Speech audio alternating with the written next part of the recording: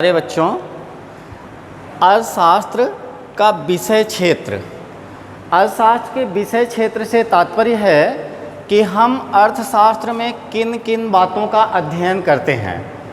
अर्थशास्त्र के विषय क्षेत्र को 5 भागों में बांटा गया है। ये 5 भाग हैं। नंबर 1 उपभोग कंजप्शन, नंबर 2 उत्पादन प्रोडक्शन, नंबर 3 विनिमय एक्सचेंज, नंबर 4 वितरण डिस्ट्रीब्यूशन और नंबर 5 है राजस्व पब्लिक फाइनेंस। अर्थशास्त्र के विषय क्षेत्र में इन 5 विभागों का अध्ययन किया जाता है। सबसे पहले आप ये जानिए कि उपभोग क्या है। उपभोग का तात्पर्य है किसी वस्तु का उपयोग करना, किसी वस्तु को अपने काम में लाना।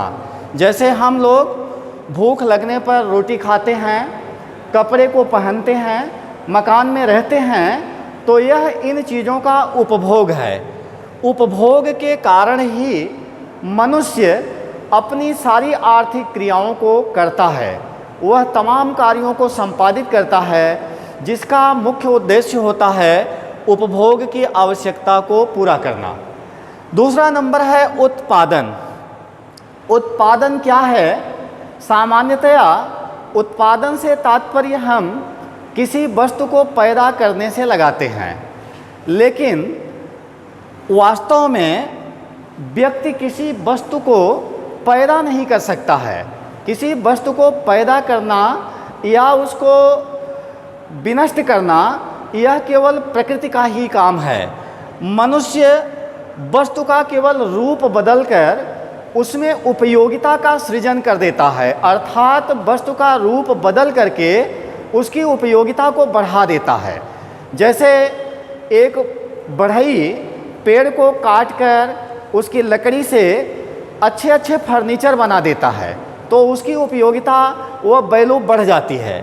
तो इस तरह से उत्पादन में जो है कोई भी व्यक्ति उपयोगिता का सृजन करता है जिससे उस वस्तु का तुष्ट गुण लोगों के लिए बढ़ जाता है। नंबर 3 है विनिमय एक्सचेंज। विनिमय का अर्थ है अदला बदली। मनुष्य तमाम चीज़ों का उपभोग करता है, लेकिन अपनी उपभोग की सारी वस्तुएं वह स्वयं नहीं बना सकता। कोई भी व्यक्ति जितनी चीज़ों का उपभोग करता है उनमें से कुछ ही वस्तुओं का वह स्वयं उत्पादन करता है, अन्य वस्तुओं को वह विनिमय के माध्यम से प्राप्त करता है। विनिमय 2 प्रकार का होता है, वस्तु विनिमय और मुद्रा विनिमय। वस्तु विनिमय में अनेक कठिनाइयाँ हुआ करती थीं।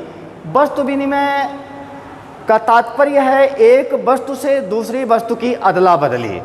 जैसे किसी व्यक्ति के पास गेहूं बहुत अधिक मात्रा में है और दूसरे व्यक्ति के पास चावल अधिक मात्रा में है, और वह आपस में गेहूं और चावल की अदला बदली कर लेते हैं, तो इस प्रक्रिया को हम वस्तु विनिमय कहते हैं।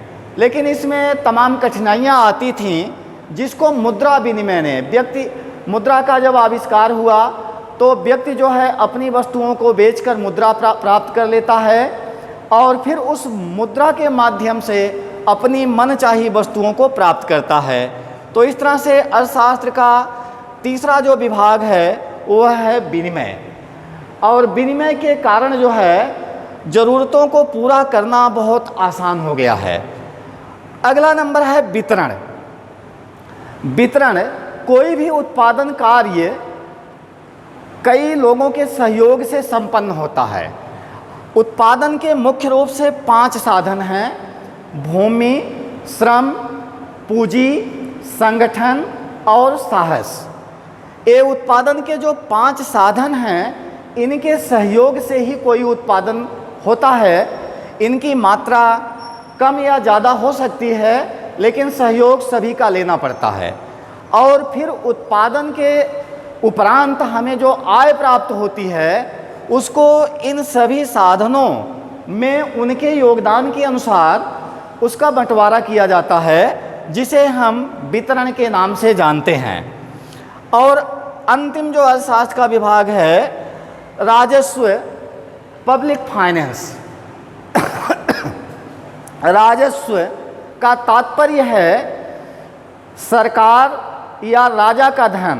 प्राचीन काल में राजा महाराजा शासन चलाते थे, वर्तमान में प्रजातांत्रिक युग में उनके स्थान को सरकारों ने ले लिया है। जिस तरह से एक व्यक्ति को अपने कार्यों को संपादित करने के लिए धन की आवश्यकता होती है, उसी तरह सरकार के भी बहुत सारे कार्य होते हैं और उन कार्यों को पूरा करने के लिए उसे भारी मात्रा में धन की आवश्यकता होती है। और यह धन सरकारें कई मदों से, जैसे कुछ तो स्वयं उत्पादन करके प्राप्त करती हैं, कुछ कर के माध्यम से 2 प्रकार के कर लगाए जाते हैं, प्रत्यक्ष कर व अप्रत्यक्ष कर, डायरेक्ट टैक्स व इनडायरेक्ट टैक्स।